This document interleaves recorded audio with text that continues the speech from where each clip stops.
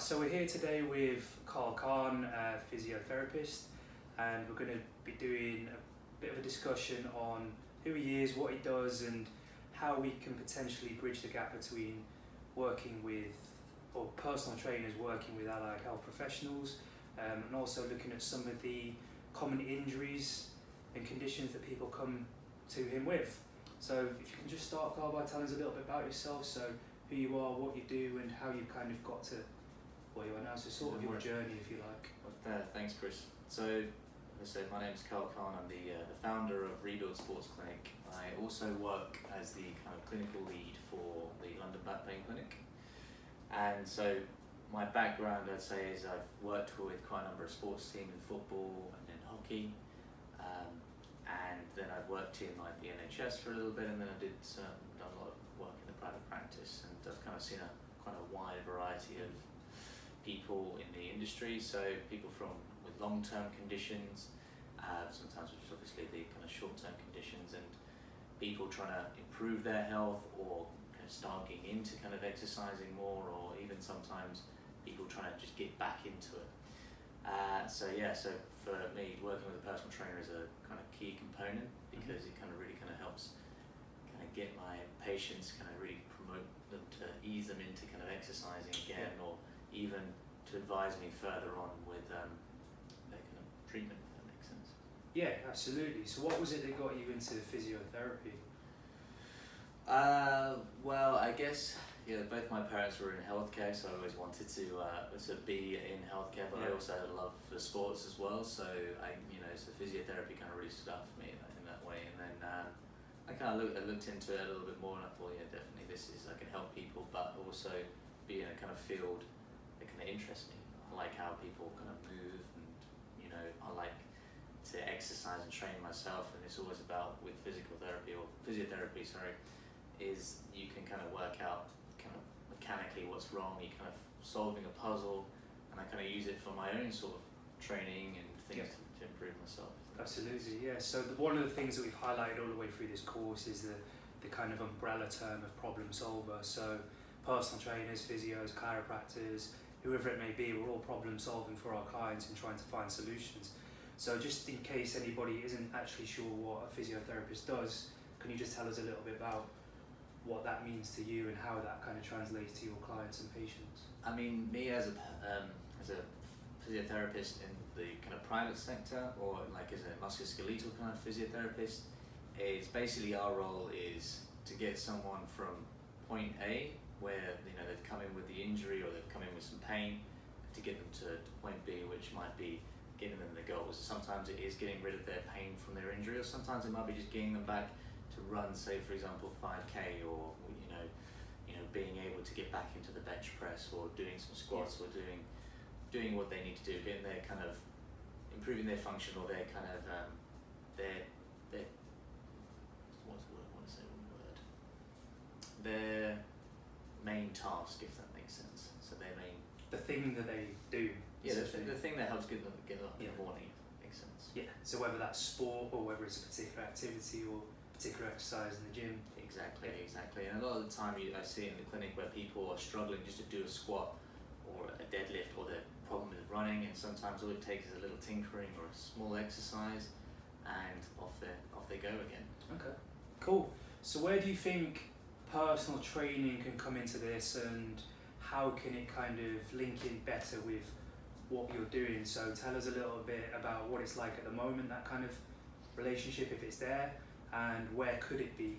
Well, so this is the thing, like I kind of really rely on personal trainers, okay, like yourself, and I think they're really kind of needed between physios and personal trainers. Okay, so firstly, you've got like kind of three different scenarios for me. So the first one might be that you've sent me someone, okay, and then you've given me, like they've got this injury for the last 3 or 4 weeks, and it's affecting our kind of program, and then it's kind of your job to kind of educate me on them.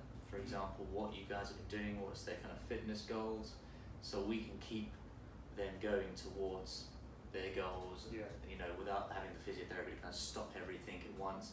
We kind of work with them, and we work together, if that makes sense. Yeah, no, absolutely. So one of the things we're trying to push is that multidisciplinary approach to having different people working with our various clients, but with that there's got to be a lot of communication between each of us, otherwise there's a bit of a disconnect there. And we've had conversations about this before where sometimes it can be a bit confusing if there isn't that communication to know what people are thinking, and you don't really know if the client's getting anything out of it if they've seen several people, and it's just about talking and being on the same page. Exactly. Which brings me on to the next step sort of thing, is like during my rehab, say for example, I will talk to Chris and go, Chris, like we are trying to strengthen the glutes up, so I was like, can you make the workouts, you know, towards their kind of fitness goals, but also have a little bit more on the glutes, okay, so we can also feed into that rehab, so they get the point and they can see the difference. Yeah. And then the last thing that's really important between a personal trainer and a physio is a lot of people, they don't like exercise, yeah? And you know that, yeah, and it's hard to motivate people, but a lot of the time, it's like anything in life, is sometimes you need a little hand up from someone, a little bit of advice, have someone there as kind of a bit of comfort and motivation. So a lot of the time I use personal trainers to kind of get them into a gateway to kind of help themselves for the future, if that makes sense, get them more into exercise so they don't fear it. Because a lot of the time it's that fear and that anxiety plays a role of them not going to do it, if that makes sense, yeah? And then once they realise that actually this is not so bad, then you convince someone for life, really. You really can make a big difference. Yeah, and I think a lot of it as well is about collectively making it so it's a safe space and environment, so they feel like they're actually going to get somewhere, because it can be quite daunting going to physio because people think there's something inherently wrong with them, or it's not about that, it's about, well, this is how you can kind of just develop on the situation that is there. Which is a great point, because a lot of the time people think if I've got pain, that there's obviously something wrong, there's something injured, there's something torn, and if I do certain exercises or it makes it more painful, it's making it worse. Now a lot of the time that's not necessarily the case. Sometimes it's your brain just can be a bit overprotective. So sometimes it's that kind of education about, look, okay, yeah, we're not going to work to our normal 100%, but we might need to take it back off a little bit, do the 50% so we don't lose all that progress that we've made over the last couple of weeks or months or even years, if that makes sense, because obviously, as we know, you lose it a lot quicker than you gain it. Yeah, absolutely. I think the key thing with that as well is words that are used, so the language we use of our clients, so things like torn, pulled, sprained. Our clients don't necessarily know what it means, so they might say they've sprained their ankle and gone and seen a physio. They might have done that, but I found this a lot of the times with like people that come to me as well, like one guy will say he's pulled his plantar fascia, and I said to him, I don't know what that means. So when I've actually gone to the physio and found out, he's just got his wording mixed up and it means something else. And unless you have the conversation with people like yourself, we don't actually know what he actually did, because it can mean two very different things. And which is one of the biggest and vital things when it comes to injuries, is communication is key. A lot of the times when, for example, people say that, oh, you might have a herniated disc, and that will make someone panic, and then it kind of gets in their head that there is something inherently wrong with my back, or and that can then kind of manifest into kind of more anxious and then like kind of fear avoidance kind of behavior. So it's really important with regards to communication with injuries. It's about educating, kind of calming the nerves. Generally, majority of injuries will have a healing process, and as long as you're not doing things that really aggravate it, and you do things that are more therapeutic, majority of the time you should be able to get through it. Perfect. And what do you think personal trainers or fitness professionals in general can do better to kind of improve that communication and bridge the gap between? I mean, personally speaking, it's like I would personally, if you are interested in injuries, if you are going to be personal trainers, I'd really recommend that, because my biggest thing is learn about injuries, okay? Understand them, and their kind of progress and what you'd like to see, sort of thing, and even get like a basic knowledge of the rehabs kind of protocols for it. Like for example, if you have an Achilles injury, a lot of the time people feel they need to stretch it. In actual fact, a lot of the time instead you're doing a lot of strengthening work on the actual calf muscles itself, not necessarily the stretching, which a lot of people want to do. Sometimes actually stretching could be getting worse. Counterproductive. The other thing is just communicating with the physio. because, for example, like Chris has told me certain things about my clients, about the way that they move, that I didn't necessarily notice. So that means I can put into their rehab program, or their therapy, that kind of, I can implement that into there to make it a lot more effective. At the end of the day, you're a team, so both your skills are in line with each other, and you've got a certain goal. So the more you tell each other and bounce it off, the better kind of end result you're going to get. And I find that with I have a particular thought processes throughout your course as well. We're building the thought process from point A to point Z, and it might not be the same thought process as Carl's or someone else's that I work with, but what it's supposed to do is go, well, this is what I see using this, and then we try and align it up with what you see, which is using a slightly different one. But what you'll find is all thought processes, if they're done correctly, lead to the same point anyway, and it's just about understanding that, so things can complement, because I might miss something and you'll pick it up, you might miss something and I'll pick it up, and it's not that we're necessarily wrong or right, it's just that we're using different skills and different tools to see what is going on with our clients. And I think sometimes there is a bit of a disconnect between allied health professionals and personal trainers, whether it's a trust thing or whatnot, but there's also, well, this is my way, I'm going to do it my way, and that can sometimes put people off. And that's a big thing. That's even in our industry as well, because like I work with kind of manual therapists like chiropractors and osteopaths, podiatrists, and a lot of the time is that people want to keep, because they feel like they have the keys to solve this person's problem. So a lot of the time is that we want to keep them and let we feel like we need to solve this issue. And in actual fact, you're not doing anyone any favors there. Really, you leave kind of specialties to the specialists, and it's kind of a way of good way of professionalism. If you overstep your marker, you could be causing more harm than good, really. Yeah, and it's all just getting it to line up. Again, every one of those thought processes and practitioners has value, and what they see might well be right within a certain context, but it's also, is it what's best for the client? And a lot of the time it's not, because even with things like insurance, you don't go through insurance to see a personal trainer, you will go through insurance to potentially go and see one of the other people. And a lot of it is also, well, it's sometimes easier for people to stay on insurance because they don't have to pay for it than it is to go and pay extra for a PT. So there is that as well, I find. Yeah, that is the hard thing, trying to convince people to get to the next sort of level, going away from the physio, going to the PT, is sometimes convincing them this is going to be good for you in the long run. And that is something going forward probably should change in a way, because PTs do have do make my job a lot easier, and kind of really do help with that long term goal and keeping injuries away, and at the end of the day, exercise is key. Yeah, no, absolutely. So I think my next point is really on, like, who's your typical, I know you probably don't have a typical client, but what, if you have 3 common injuries that people came to you with, what do you see the most of? Okay, so 3 common injuries. I mean, generally like neck and back pains. Generally they're non-specific. There might be an underlying disc injury or facet joint injury. Majority of the time it's disc nature, but you wouldn't necessarily say that to the client, like I mentioned before, because you don't really want them to be anxious about it. Obviously, when people hear, I've got a slip disc, it's really quite a scary thing, because my friend had a slip disc and it was like the worst pain ever. And in actual fact, they could have had it for years. It's just flared up slightly recently. I guess in a more kind of sporty context, it tends to be like kind of shoulder impingements, and that can be kind of a mixture of things. It could be sitting too long at the desk, or it could be because you're an overarm athlete and you just kind of strain the injury, or sometimes it's compensation from another injury, say from the neck or things like that, and you've kind of tightened up around those tops of the shoulders.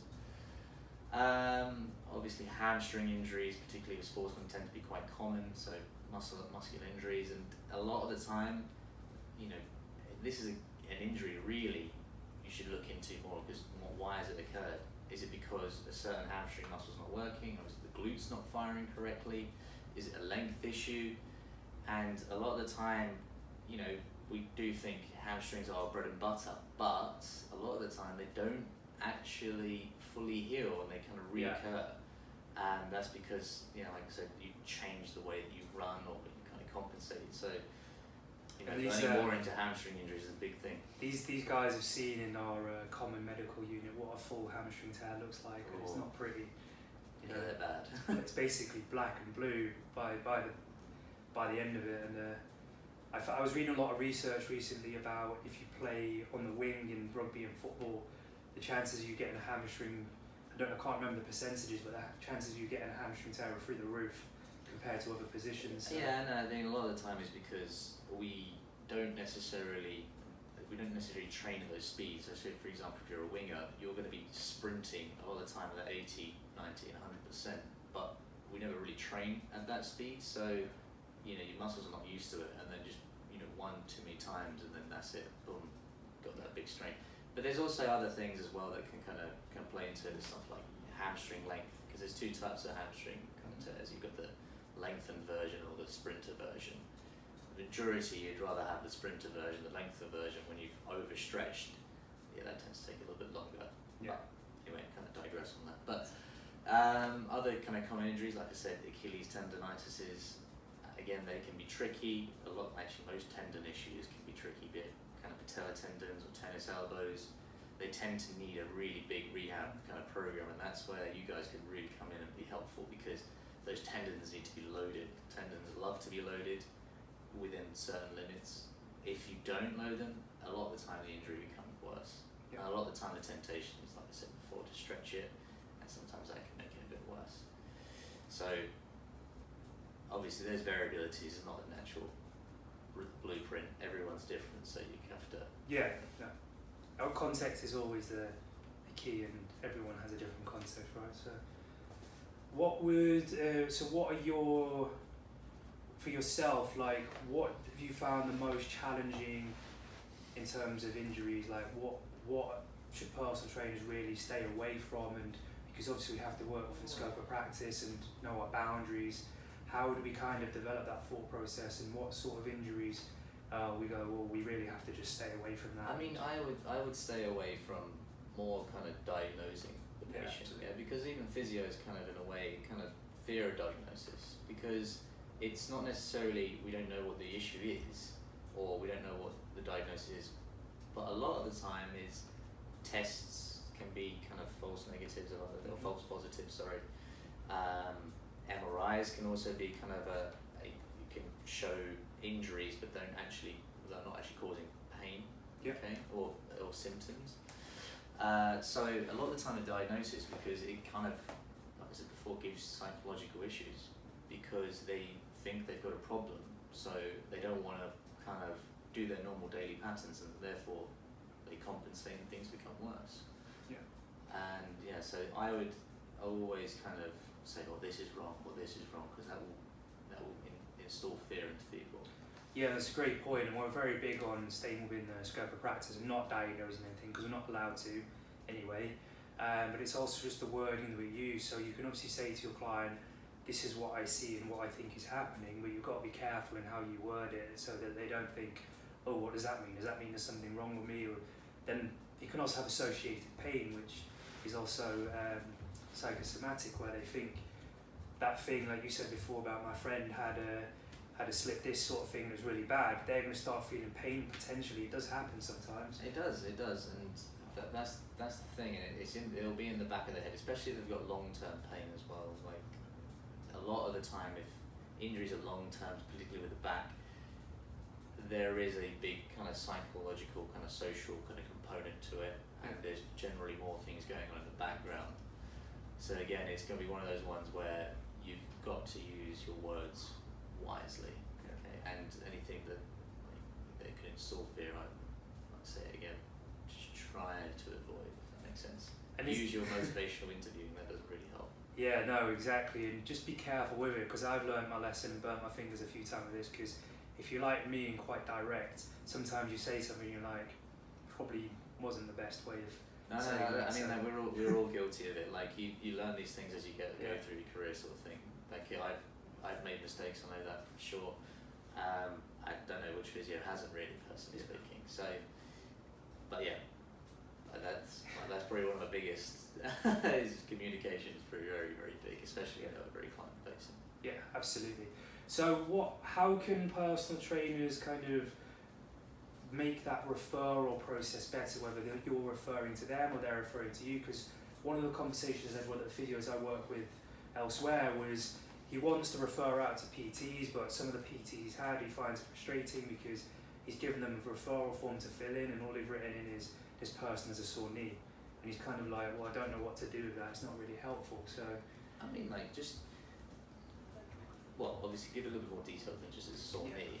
Yeah, like, use your kind of knowledge of anatomy, or even knowledge of injuries or movements or even exercise. So for example, we've been training for the last 2 months and we've been steadily working towards X, Y, and Z, but the person started to get some, lateral knee pain after doing, say, 10 squats at a certain weight, for example. Yeah. So it's a bit more descriptive. We've tried to change the load, but couldn't figure anything out. I have an opinion it could be this, and then if you have any kind of other facts that, or they might have tight hips or reduced range around the ankle and feet, or they've suffered from lower back pains before, just giving a bit of a background.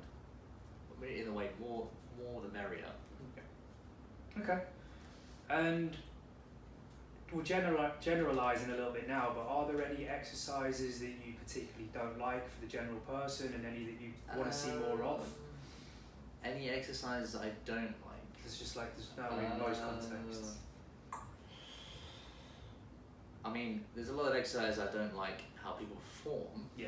Yeah, it's not necessarily I don't like an exercise, because I feel like every exercise has its purpose. Obviously, if you do something too much, your body's going to react against it, if that makes sense. So you don't do anything to balance it, then you're going to get problems.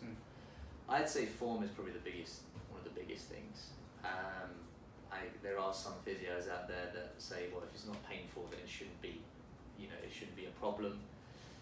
I kind of disagree with that, because I feel like if you do something enough times in the wrong kind of way, you're going to put too much mechanical stress through it. I would say I go with squats and deadlifts, and obviously they are very good exercises, and I do them myself. Again, go with kind of form, but sometimes it's about the program and loading, if that makes sense. So it's more about loading it gradually, because obviously these kind of put a lot of stretches through the spine, not just the lower back and the hips, but also the upper back as well. For example, if you haven't got the strength around the tops of your shoulders, you could end up setting off some neck pain or some shoulder pain. So it's about gradually loading it so that they don't end up going too far and then boom. But you could make an argument for any kind of any exercise. If you go one step too far, you could get an injury, if that makes sense. Yeah, absolutely. And I think really we've had a conversation on a previous talk that there's no exercises, in our opinion, that are inherently bad or good. It's always just the context in which you use them, and there's only less appropriate and more appropriate exercises. And the reason why I bring up the deadlift and the squat is because people tend to go, they really load up. Yeah. There's the temptation to load up, like a bit like the bench press as well, just because they kind of those lifting exercises in a way. So you get clients, it's like, oh, well, I deadlift 123, and then they come back and I'm like, we're doing 30, and they're like, what? So I need you to do 30 kilos, and like, Exactly. What do you mean? I do 120. And the temptation is there, so you should really kind of push it, and sometimes that is another thing to educate people, because if they end up picking an injury and they're out for 3 months, and they're going to come back to lift. Because one of the biggest things I get from the practitioners I work with is clients really struggle with load management, and it's just you end up going around in a circle on that one, don't you? And that's the thing. Like, people always focus on the short term, never the long term. That is just even difficult in my field. Just trying to get people to load up slowly. We sometimes have to start with some really boring exercises, and then then we have to be like, don't worry, we'll get there. It's going to take a bit of time. Because people traditionally find rehab a little boring, don't they? Yeah. So yes, that is true. But I do think you, like, it depends on the physio. You're kind of limited to your kind of imagination. yeah, absolutely. particularly with certain exercises. When you get a little bit later on, you can make things a little bit more fun, if that makes sense. Because it's about the delivery and the engagement and all that sort of stuff. Exactly. And I think if you make things hard for people generally, then like a little bit of if it's in their kind of like bracket, obviously everyone's a bit different. If you can get that right level, then people will like it. If you go too high, they won't like it. If you go too low, then it's not going to be. Because one of the things that we've had as personal trainers is say they had this physio, they got the exercises, and then you're like, well, did you do them? And you're like, I did them for a week and then I stopped. And it's just trying to, the better the physio, the less that happens. But again, it is something that still happens. And it's because a lot of the time, because you do see is that exercise is a new thing for people and it's challenging and it's tough to actually do. So to actually get them motivated is the real kind of skill in that one. So hence the reason why I like using you guys, because you're that kind of helping hand and like you put the arm around the shoulder and say, look, we can do this. And you're going to help them do their exercise or their rehab in a way. Yeah. Because we get it with PT as well, right? Have you done your program this week? No. So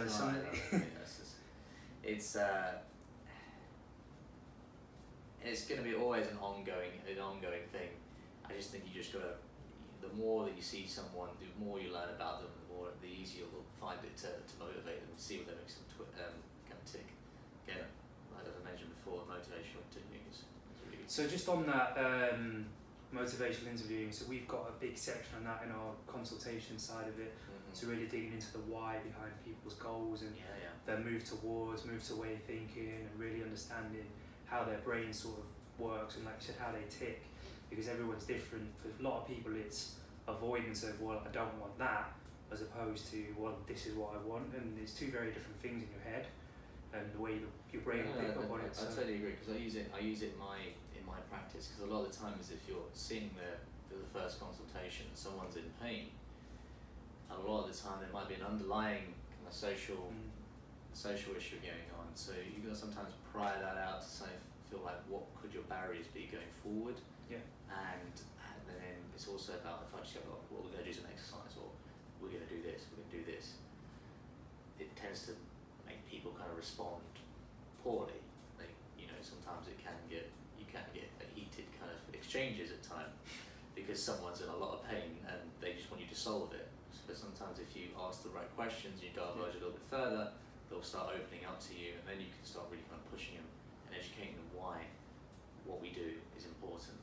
Yeah, and I've also found tapping into all that kind of more emotional side of things as well can often make them not focus on the pain so much, because they've kind of had a weight off their shoulders, and it kind of reduces it sometimes as well. Yeah, no, definitely, I totally agree.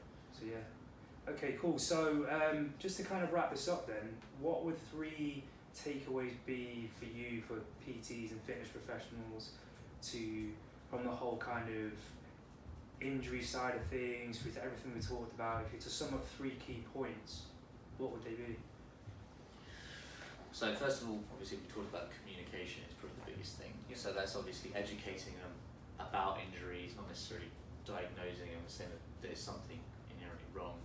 Communicating between the physio and the PT themselves, and like educating them on certain exercises and things like load management.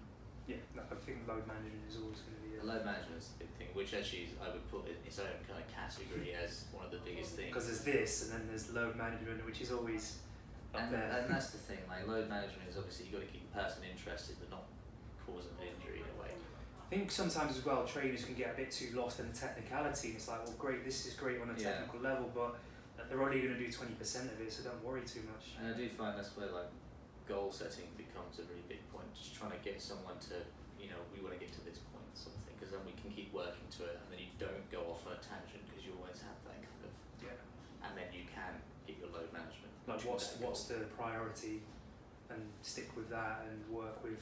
Exactly. Yeah. Okay. Cool.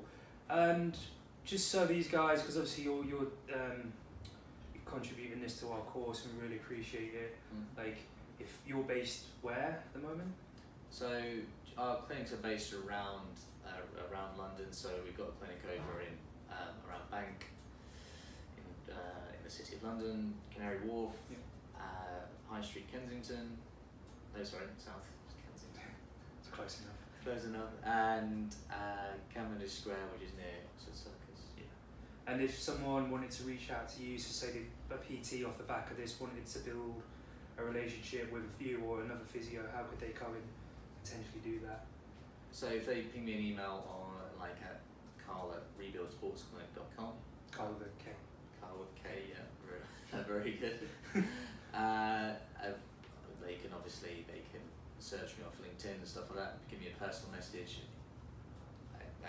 Just search Carl Khan and I'll be there. You just ping me a message. I'm happy to ask any kind of questions about any clients they have, or if they want to form a relationship. Yeah, absolutely. And are there any, just one last thing, are there any resources that you know of that people could potentially go and access that might be a good thing to kind of develop their skills off the back of the course? Resources. I mean, the internet. I mean, I'd always look for research papers, if that makes sense. And look, like if you've got a patient, the client with an injury, go and research it. So look at the up-to-date kind of research.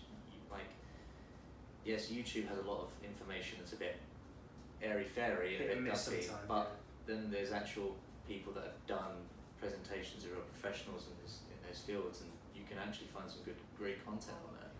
But yeah, research papers, reading like just textbooks on injuries, for example. Yeah.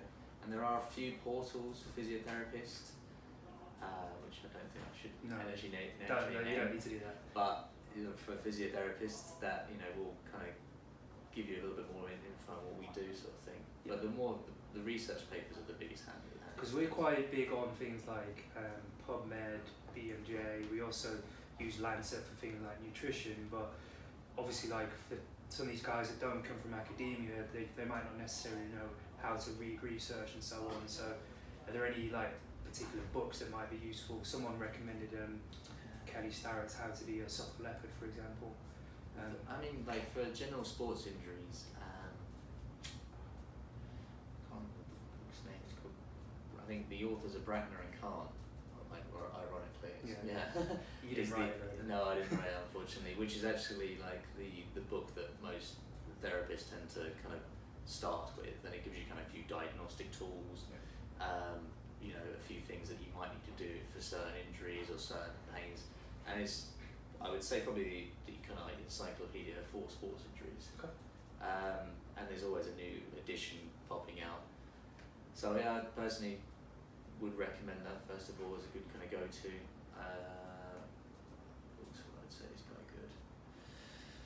I would stick with that first of all, because then once you've found an injury, it's more about divulging yourself into it. There's no real specific book for specific sort of injuries, because everyone has their own take on it, and the thing is in our healthcare is everything's kind of moving away with it. There is a guy called, for back pains, Peter Sullivan, that kind of focuses more on kind of like the psychosocial issues and motor control and more movement, which would be kind of handy for you guys. Yeah. Alright, good stuff. Any parting words just to finish off? No, you guys, well, I wish you all the best and I hope it goes well, and good luck for the future. Good stuff, thanks for your time. Thanks, Chris, I really appreciate it, mate. No,